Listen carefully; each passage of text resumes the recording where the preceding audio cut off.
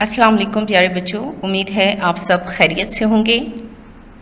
آج ہمارا lecture number 8 class fifth کا لیکچر نمبر 8 آپ کی اردو کی بک ہے، ٹیکسٹ بک خیبر پختونخوا کی، اور سبق ہمارا سبق نمبر 3، ٹھیک ہے، سبق نمبر 3 صفحہ نمبر 11، سبق نمبر 3 صفحہ نمبر 11، اور سبق کا نام ہے فاتح مکہ۔ فاتح مکہ حضرت محمد صلی اللہ علیہ وآلہ وسلم۔ سب سے پہلے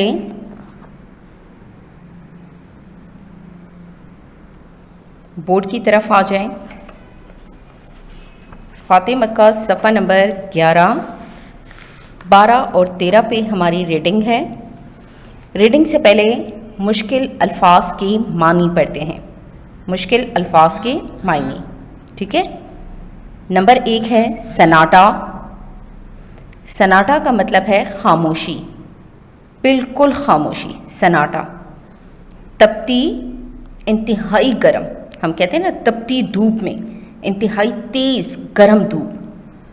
صدا، آواز۔ نمبر 4 سکوت، خاموشی، اس کو بھی خاموشی کہتے ہیں۔ نمبر 5 پہ ہے عفو درگزر، معاف کرنا۔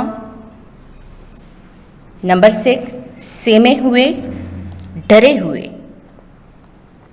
سہمے ہوئے، ڈرے ہوئے۔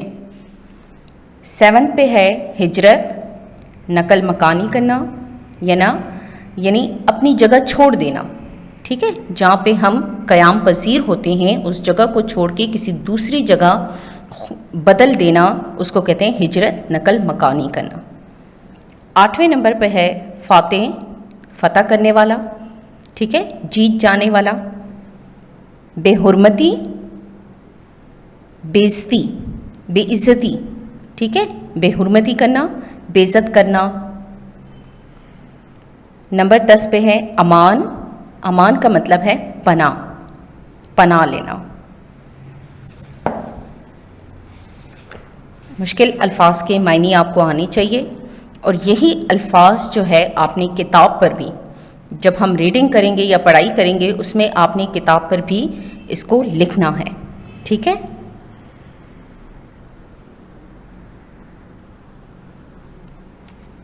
اب آ جائیں صفحہ نمبر 12 پہ، ہم ریڈنگ کرتے ہیں۔ مکہ مکرمہ میں یہ خبر جنگل کی آگ کی طرح پھیل گئی۔ اس سبق کو پڑھنے سے پہلے میں آپ کو بتاؤں کہ جب آپ صلی اللہ علیہ وآلہ وسلم نے اپنے تبلیغ کا آغاز کیا مکہ مکرمہ میں، تو کفار جو تھے آپ کے خلاف ہو گئے، طرح طرح کے مظالم آپ پہ ڈھائیں، ٹھیک ہے، آپ پہ طرح طرح کے الزام لگائے، ناحق آپ کے مسلمانوں کو، آپ کے ساتھیوں کو انہوں نے شہید کر دیا، قتل کر دیا۔ اس حالات کو دیکھتے ہوئے اللہ تعالیٰ نے رات کے وقت آپ صلی اللہ علیہ وآلہ وسلم کو ہجرت کرنے کی ہدایت دی۔ آپ صلی اللہ علیہ وسلم مکہ مکرمہ کو چھوڑ کے رات کے اندھیرے میں ہی مدینہ چلے گئے، مدینہ ہجرت کر گئے، مدینہ نقل مکانی کر گئے۔ کچھ عرصے کے بعد اللہ تعالیٰ کے حکم کے مطابق جب آپ صلی اللہ علیہ وسلم دوبارہ مکہ مکرمہ میں تشریف لانے لگے تو اس وقت یہ اعلان کیا گیا کہ آپ صلی اللہ علیہ وسلم جو ہے مکہ واپس تشریف لا رہے ہیں۔ تب یہ واقعہ جو ہے یہ ہو رہا ہے، تبھی سٹارٹ سے اسی بات کو دہرایا جا رہا ہے کہ مکہ مکرمہ میں یہ خبر جنگل کی آگ کی طرح پھیل گئی، یعنی آپ صلی اللہ علیہ وسلم کی واپسی کی خبر جو تھی کہ رسول اکرم صلی اللہ علیہ وسلم ایک بڑے لشکر کے ساتھ اس طرف آ رہے ہیں۔ کس طرف آ رہے ہیں؟ مکہ مکرمہ کی طرف آ رہے ہیں۔ یہ سن کر کفار مکہ کے جو کفار تھے سناٹے میں آ گئے ہیں، ٹھیک ہے، خاموشی سی چھا گئی ہر طرف، وہ خوف سے سہمے ہوئے تھے، وہ ڈر گئے، یہ خبر سن کر وہ ڈر گئے۔ پریشانی اور بے چینی ان کے چہروں سے عیاں تھی، اور ان کے چہروں سے یہ صاف ظاہر تھا کہ وہ کتنے ڈرے ہوئے تھے۔ آج انہیں اپنے سارے مظالم یاد آ رہے تھے، اور انہوں نے جتنے بھی ظلم کیے تھے آپ صلی اللہ علیہ وآلہ وسلم پر وہ ان کو یاد آ رہے تھے، ٹھیک ہے، کہ ہم نے کیا کچھ کیا ہے، جو انہوں نے سالوں تک مسلمانوں پر ڈھائے تھے۔ اللہ کے رسول صلی اللہ علیہ وسلم کے ساتھ کی گئی زیادتیاں سب ایک ایک کر کے یاد آ رہی ہیں۔ وہ دن جب انہوں نے رسول صلی اللہ علیہ وسلم کی راہ میں کانٹے بچھائے، اب کیا کیا ظلم کیے تھے۔ آپ صلی اللہ علیہ وسلم پر کوڑا کرکٹ پھینک دے، خاک پھینکی، پتھر برسائے، آپ صلی اللہ علیہ وسلم کا مذاق اڑایا۔ کیا مذاق اڑاتے تھے؟ مجنون کہتے تھے، آپ کو جادوگر کہہ کر پکارتے تھے، اور آپ صلی اللہ علیہ وسلم کو جان سے مارنے کی ناپاک سازشیں تک کرتے تھے۔ آپ صلی اللہ علیہ وسلم اور آپ صلی اللہ علیہ وسلم کے خاندان کو 3 سال تک ایک گاٹی میں رہنا پڑا، یعنی اتنے مظالم کے بعد جب آپ صلی اللہ علیہ وسلم گاٹی یعنی 2 پہاڑوں کے درمیان کی جگہ 3 سال آپ وہاں پر مقیم رہے، لیکن جب یہ زیادتیاں، یہ سازشیں حد سے بڑھ گئی تو آپ نے مدینہ کی طرف ہجرت کی۔ آپ صلی اللہ علیہ وسلم کے ساتھیوں کو تپتی ریت پر لٹا دیا، تپتی ریت پر یعنی انتہائی گرم ریت جو ہوتی ہے، انہیں مارا پیٹا، گلیوں میں گھسیٹا، کہیں بے گناہ مسلمانوں کا ناحق قتل کیا۔ حد یہ کہ ہجرت کے بعد بھی ظالموں نے رسول اکرم صلی اللہ علیہ وسلم و مسلمانوں کو سکھ کا سانس لینے نہیں دیا، یعنی جب آپ صلی اللہ علیہ وسلم نے مدینہ ہجرت کی اس کے باوجود بھی ان کی یہ سازش جو تھی یہ ختم نہیں ہونے والی تھی۔ مکہ کے کافروں کی انہی زیادتیوں کی وجہ سے اللہ تعالیٰ نے رسول صلی اللہ علیہ وسلم کو ہجرت کا حکم دیا تھا۔ آپ صلی اللہ علیہ وسلم 8 سال قبل یعنی 8 سال قبل رات کے اندھیرے میں خاموشی کے ساتھ اپنے گھر سے نکلے، یعنی آپ نے 8 سال گزارے تھے مکہ میں۔ مکہ کو اللہ حافظ کہا اور حضرت ابو بکر کے ساتھ مدینہ منورہ کی جانب روانہ ہوئے۔